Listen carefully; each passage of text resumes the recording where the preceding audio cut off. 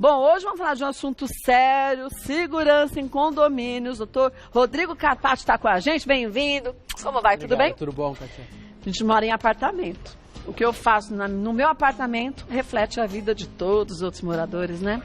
É super complicado, mas não tem o que fazer. É. Viver em condomínio, você precisa saber que o que você está fazendo vai interferir na vida alheia, na vida do seu vizinho.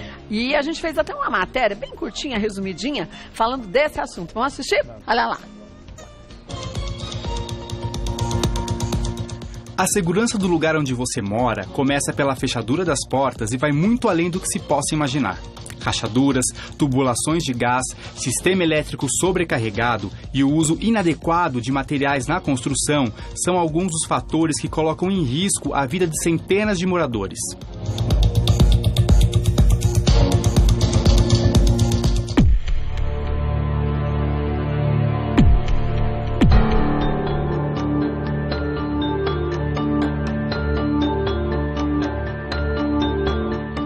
No dia 14 de junho, um incêndio de grandes proporções tomou conta do Grenfell Tower, em Londres. Construído em 1974, o prédio, que tinha 24 andares e 120 apartamentos, foi reformado no ano passado. Ao menos 79 pessoas morreram ou estão desaparecidas. As autoridades alertaram que esse número ainda pode aumentar. A possível causa do incêndio está na escolha do revestimento usado na reforma do prédio. A construtora usou uma versão de chapas de alumínio que não é permitida para fachadas, apenas para interiores.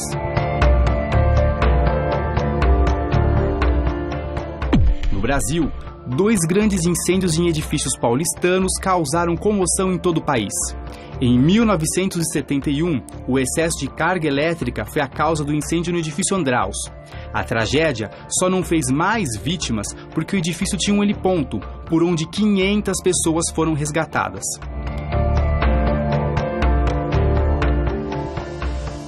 Três anos depois, outro incêndio chocou o Brasil.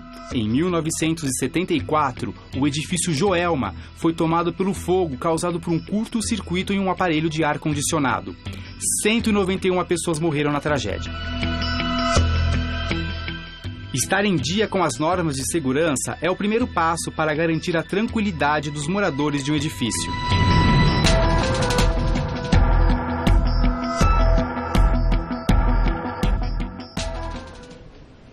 Gente, o assunto é muito sério. No caso que a gente viu do incêndio em Londres, naquele prédio, o prédio tinha 24 andares, 120 apartamentos, foram 12 mortos, 78 feridos, mas ninguém sabe por onde começou o incêndio, né? Acreditam que foi por um freezer que tenha causado isso, mas pode ter sido tanta coisa, né? Pode. Agora, o pior, eles tinham acabado de reformar a fachada do prédio, mas tinham colocado ali um material altamente inflamável. tem que tomar muito cuidado. Não é? Logicamente que esses casos são fatalidades, mas elas ocorrem. Então é importante que o gestor, o administrador, se preocupe com isso. Pense em tudo isso, com certeza. Quer dizer, se acontece no vizinho, pode acontecer comigo. Então vamos usar um outro material. E às vezes a escolha de um material mais em conta é o que pode colocar a vida de todo mundo em risco, né, doutor Rodrigo? E buscar sempre técnicos, não escolher apenas porque gostou, passar pelo crivo de um técnico, do engenheiro, do corpo de bombeiros, que muitas vezes está ali para auxiliar e orientar o que deve ser feito. Olha, a gente tem muitas dúvidas que chegaram. Vamos para a primeira delas? Olha, vamos ver de quem é. É do Daniel. Olha, moro em um prédio da década de 50. Recentemente, o condomínio promoveu uma troca da fiação do prédio. Porém, não foi possível fazer a troca em alguns apartamentos, ou porque o dono não autorizou, ou porque, como ele está desabitado, não foi encontrado o responsável. Esses apartamentos representam um perigo para a segurança do prédio? Existe alguma maneira de exigir a troca da fiação deles? Então, com certeza, representa uma bomba, perigo, né? Uma bomba gigantesca. Mas o síndico, ele é o gestor da área comum. Então, ele não pode adentrar dentro de uma unidade. Se bem que, no momento que essa unidade oferece um risco, daí sim o prédio tem que agir. A questão é, você está num condomínio de 100 unidades, 200 unidades, como é que você vai saber que aquele morador está oferecendo um risco? Se for claro que ele está oferecendo um risco, deve ser tomada uma medida, o condomínio pode entrar com uma ação. Se ele não souber, ele tem que trabalhar culturalmente, instruindo todos os moradores para que os moradores tenham medidas preventivas para que evitem qualquer tipo de situações, como, por exemplo, não colocar excesso de tomadas, não alterar a fiação de uma unidade.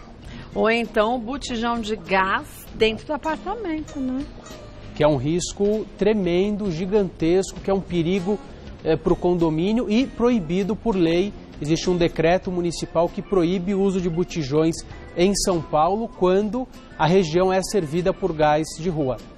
E mesmo assim, né, gente, mesmo que a sua região seja servida por gás de rua, mesmo que você more numa casa, tem que fazer a troca da mangueira direitinho com segurança, o botijão não pode ficar do lado do fogão, porque tem gente que coloca, legal, vou pôr do lado. Quer dizer, são aquelas dicas simples, mas eficientes que a gente tem que seguir à risca, né? Mesmo o gás de rua pode oferecer um risco. Pode vazar. Ele vaza, a mangueira, ela tá... Às vezes a pessoa quer economizar R$5 ou quer chamar um técnico mais barato, alguém para fazer aquela famosa gambiarra. Isso é extremamente perigoso e muitos incêndios começam com esse vazamento de gás. Olha, o apartamento que eu moro tem gás de rua. E eu, às vezes, cismo tá achando a gás de rua, chamo o Adriano do zelador, falo, Adriano, dá um pulo aqui, por favor, vê se você acha que tá vazando. Ele olha e fala assim, não tá não. Eu falei, então tá bom. Então, às vezes, é melhor a gente perguntar, pedir uma ajuda. Cátia, agora eu vou te falar como síndico do meu prédio, que também sou. Então, eu peço para o zelador a cada 15 dias verificar. E vai em todos. E vai em todos. E se eu sentir o cheiro, eu peço para ele chamar a companhia de gás, porque eles fazem a medição no centro e verificam que não tem qualquer problema. Foi o que ele falou, você tem um relógio lá embaixo que mostra a pressão, você consegue saber se tem um vazamento e tudo mais. Então, isso, gente, é a responsabilidade da gente, não só pela nossa vida, mas pela vida de todos os condôminos, não é? O síndico tem que zelar pelo todo, mas você tem que zelar pelo seu e pelo coletivo. É verdade. E muita coisa o síndico não consegue fazer isoladamente. Então, aquele morador precisa, sim, se inteirar e trabalhar para resolver esse tipo de coisa. E aí tem gente que acha que o síndico é chato. Gente, ele não é chato, ele está zelando pela sua vida. Você devia agradecer a ele por ser persistente. É o papel do síndico. Vamos ver mais um? Então, Daniel, vai atrás de conversar com o seu síndico sobre isso também. Carlos, depois desse incêndio em Londres, comecei a reparar alguns extintores do meu prédio que já estão vencidos. Procurei pela síndica e ela disse que sabia, mas não tem dinheiro em caixa para fazer a troca. Sugeri trazer uma taxa extra apenas esse mês para conseguir o dinheiro, mas ela não quis se indispor com os condôminos ao cobrar tal taxa. Tem algo que eu possa fazer para forçar essa troca de equipamentos? Nossa, que absurdo, que perigo. Total. Não pode chamar os bombeiros? Pode chamar os bombeiros e a multa vai custar mais cara do que essa situação. Então, pior é que aí todos têm que pagar a multa e não só a síndica. Exatamente. Se ocorrer um incêndio, essa síndica pessoalmente ela pode responder. Vamos supor que ali pegou fogo e alguém veio a óbito, alguém morreu.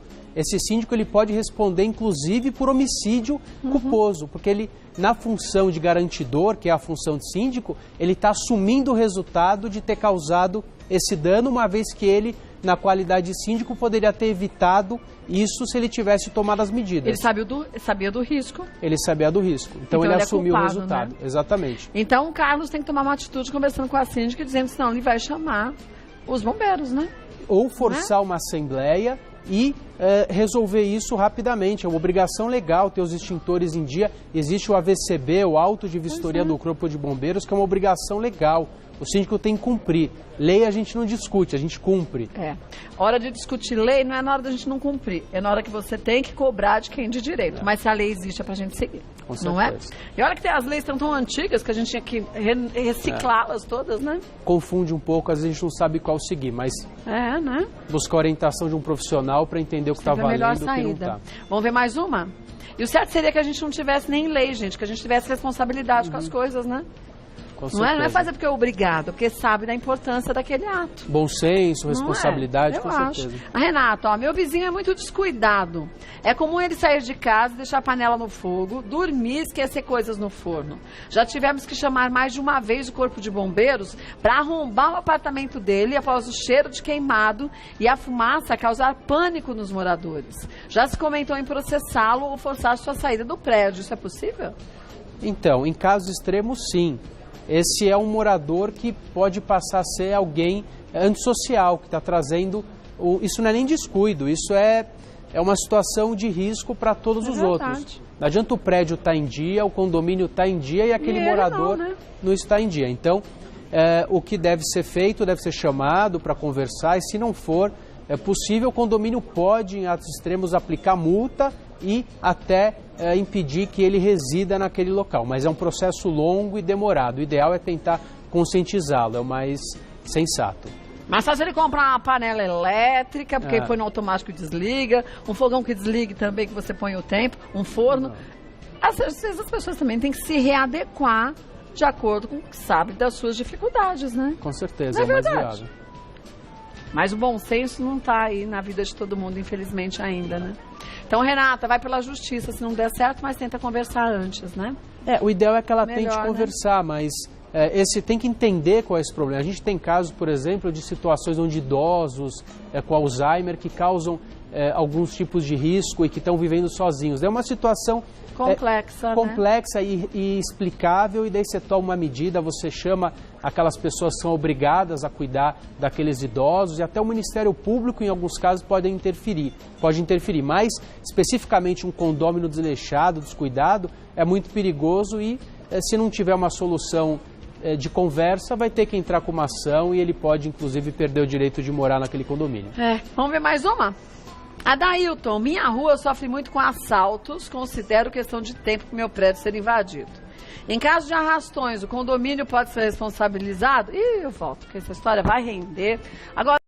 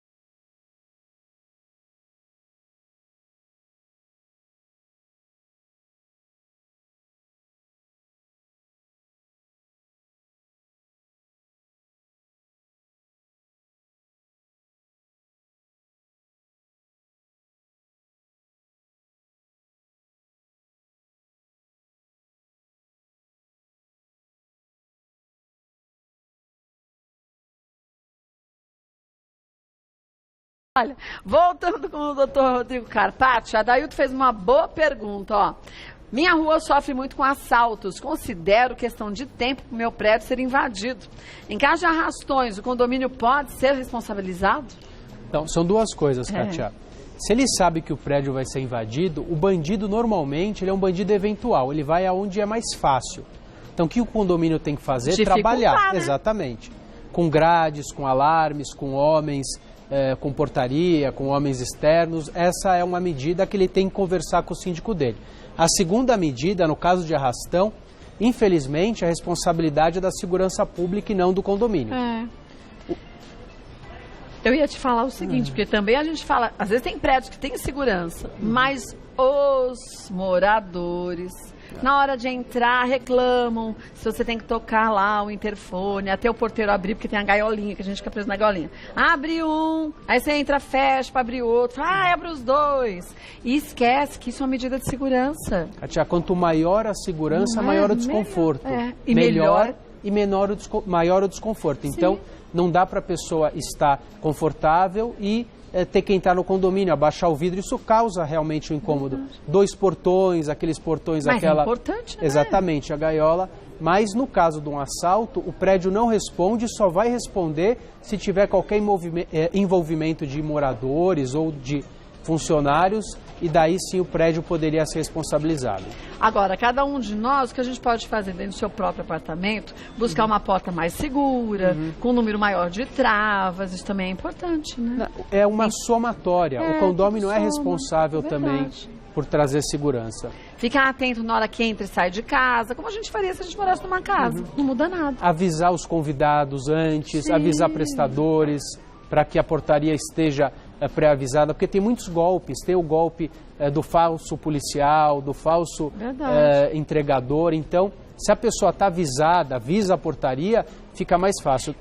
E se não avisa, não atende. Se não avisa, não atende. Tem um golpe, Kátia, que a pessoa liga e diz, olha, eu sou parente da pessoa do 32, eu vou entrar no condomínio, daí a pessoa fala, ele está aqui comigo na linha, meu tio está aqui, o fulano 32 é meu tio. E daí a portaria abre, é enganada e tem o assalto, o arrastão. Então, o condomínio também tem que investir em treinamento para esses funcionários do condomínio. Tem que investir em treinamento, mas os moradores também têm que entender quando o porteiro fica ligando toda hora para perguntar as coisas. Porque isso é sinal de bom treinamento, né? Com certeza. Pode incomodar, mas que é sinal de bom treinamento é. É uma soma, condôminos, síndicos, síndico, funcionários e as barreiras físicas que também são importantes. E como você disse, quem devia cuidar da nossa segurança era o Estado.